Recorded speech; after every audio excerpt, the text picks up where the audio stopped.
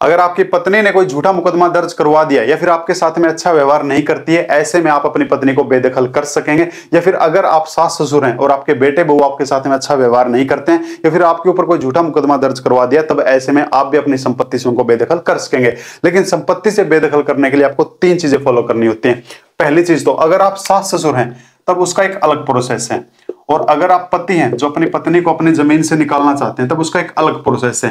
लेकिन अगर आप कोई ऐसे सास ससुर हैं जिन्होंने अपनी संपत्ति जो है अपने बेटे बहू के नाम कर दिए और अब वो आपके साथ में अच्छा व्यवहार नहीं कर रहे हैं, ऐसे में आप अपनी संपत्ति भी वापस ले सकेंगे। कैसे मिलती है उसका प्रोसेस भी आपको बताता हूं। देखिए, अगर आप सास ससुर हैं तब आपके पास में 2 तरह की संपत्ति होती है। एक तो होती है कमाई हुई जमीन, यानी कि जो खुद आपने मेहनत करके कमाई है, या फिर एक होती है खानदानी, यानी कि आपको भी अपने खानदान से दान में मिली है। तब ऐसे में आप दोनों में से आप क्या कर सकते हो, उनको निकाल सकते हो, उनको बेदखल कर सकते हो।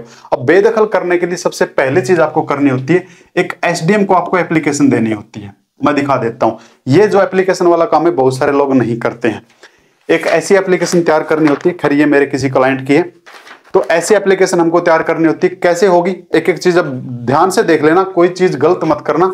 देखो, पहली चीज तो सेवा में अगर आप हिंदी में लिख रहे हैं या फिर टू लिख लेना, और फिर एसडीएम, और हिंदी में इसको बोलते हैं अनुविभागीय अधिकारी। फिर नीचे आ जाएगा आपका पता, जो भी एड्रेस आप हिंदी में लिख सकते हो, इंग्लिश में लिख सकते हो। फिर आगे आपका विषय या फिर सब्जेक्ट। सब्जेक्ट में मैं मेरे बेटे बहू को बेदखल करना चाहता हूं, तो उसके लिए आप यहाँ पे लिख देना कि मैं मेरे बेटे बहू को बेदखल करना चाहता हूं। फिर नीचे आ जाएगा आपका इंट्रोडक्शन। पहले पॉइंट पे खिचड़ी नहीं मचानी होती है, हमको पॉइंट वाइज वो चीज लिखनी होती है, 1 2 3 4। पहले चीज में हमारा आ जाता है परिचय, इंट्रोडक्शन, आप कौन हो। दूसरे नंबर पे परिचय आ जाता है आपकी जमीन का, कि आपकी जमीन कौन है, आपकी जमीन कहाँ पे है, कि आपकी खेत की जमीन, आपकी प्लॉट की जमीन, आपकी घर की जमीन है, उसका एड्रेस क्या है, उसका खसरा नंबर, खतौनी नंबर, जो भी है वो सारी चीजें यहाँ पे मेंशन की जाती है।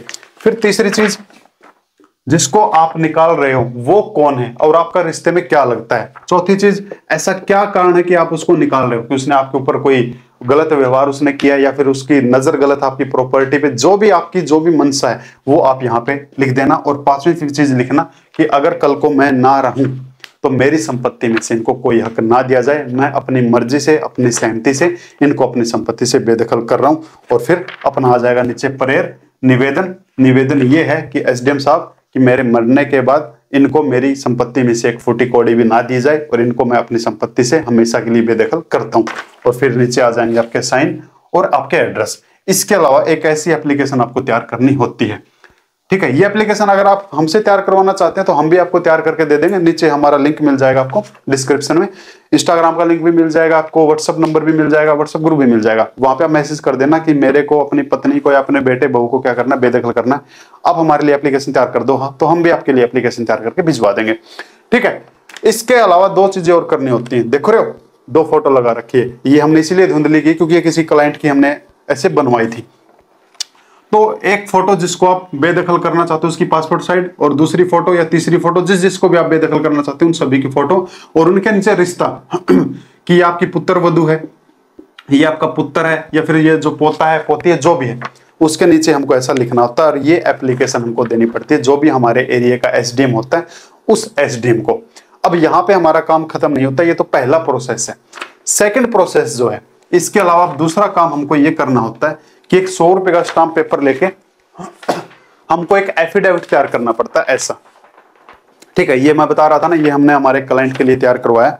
तो उसके लिए अब हमको एक ऐसी चीज ये बनानी होती है स्टाम्प के ऊपर, इसके ऊपर हमको सारी चीजें लिखनी होती है कि ये जो मैं बेदखल किसको कर रहा हूं, ये अपनी आपसी सहमति से कर रहा हूं, ये जो संपत्ति है इसके ऊपर मेरा अधिकार है, चाहे आपकी कमाई हुई है या फिर खानदानी है।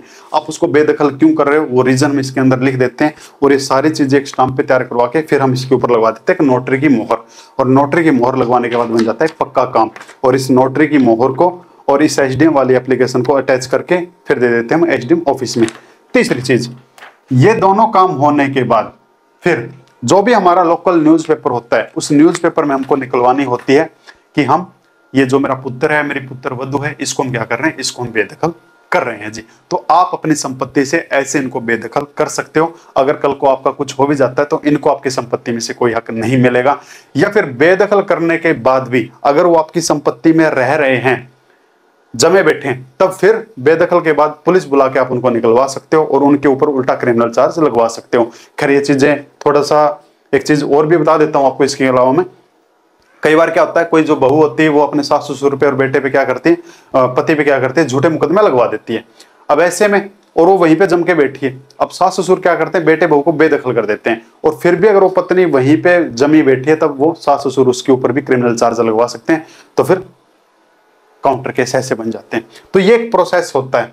लेकिन अगर वहीं पे आप पति हैं और आप अपनी पत्नी को अगर अपनी संपत्ति से बेदखल करना चाहते हैं, तब आप सिर्फ उसी संपत्ति से उसको बेदखल कर सकेंगे जो आपने खुद कमाई है, खुद की कमाई हुई है। यानी कि अगर खुद की कमाई से आपने कोई प्लॉट खरीदा है, कोई मकान खरीदा है, कोई फ्लैट खरीदा है, कोई जमीन, कोई खेत खरीदा है, उस संपत्ति में से आप जिसको भी बेदखल करना चाहते हो, अपने बच्चों को करना चाहते हो, अपनी पत्नी को करना चाहते हो, तो इसी प्रोसेस के तहत में आप क्या कर सकते हो, उनको बेदखल कर सकते हो हमेशा के लिए। एक तरीका और भी है वसीयत का। अगर आप माँ बाप हैं या फिर आप पति हैं तो आप वसीयत भी बना सकते हैं कि मैं, मेरे मरने के बाद मेरी प्रॉपर्टी के ऊपर किसका राइट होना चाहिए। वसीयत जो बनती है वो बनती है कमाई हुई संपत्ति पे, खानदानी पे नहीं बनेगी। अगर आपकी कमाई हुई संपत्ति है, कमाई हुई संपत्ति है, आप उसकी वसीयत बनवा सकते हो। वसीयत का एक अलग प्रोसेस होता है। तो अगर आप वसीयत कैसे बनती है ये चीजें अगर जानना चाहते हो तो आप कमेंट कर दें, मैं आपको इसकी जानकारी दे दूंगा, वीडियो बना के दे दूंगा कि आपको वसीयत कैसे बनवानी चाहिए, ताकि कल को आपको कुछ हो गया तो बाद में कोई क्लेश ना हो, एक अच्छे से आपकी वसीयत बन जाए। तो वसीयत के लिए अगर आपको टॉपिक चाहिए आप कमेंट कर देना, जिस ज्यादा कमेंट आएंगे तो मैं वसीयत का आपको टॉपिक बना के दे दूंगा। लेकिन अगर आप ये वीडियो बाद में देख रहे हैं 2 महीने 3 महीने बाद, तो एक बार चैनल पे चेक कर लेना, आपको शायद वसीयत वाली वीडियो मिल जाएगी। तीसरी चीज और जो सबसे जरूरी चीज, अगर हम अपनी मर्जी से किसी को प्रॉपर्टी दे देते हैं और फिर बाद में अगर उसने हमारे साथ में व्यवहार करना स्टार्ट कर दिया गलत, वो कहते हैं ना कि अब उसके रंग अब दिखने स्टार्ट हुए। अगर आपको ऐसे माँ बाप हैं और आपने अपनी संपत्ति जो अपने बच्चों के नाम कर दी, अब बच्चे आपके साथ में बुरा व्यवहार कर रहे हैं, आपको ही घर से निकाल रहे हैं, आपके जो बेटे की बहू है वो बेकार निकल आई, आपको खाना नहीं दे रही, ऐसे में आप अपनी प्रॉपर्टी वापस ले सकते हैं। अब वापस लेने का प्रोसेस ये होता है, एक सीनियर सिटीजन एक्ट होता है, इसका सेक्शन होता है सीनियर सिटीजन एक्ट 2007, इसका सेक्शन होता है 23। इसके तहत में आप अपनी संपत्ति को वापस ले सकते हैं।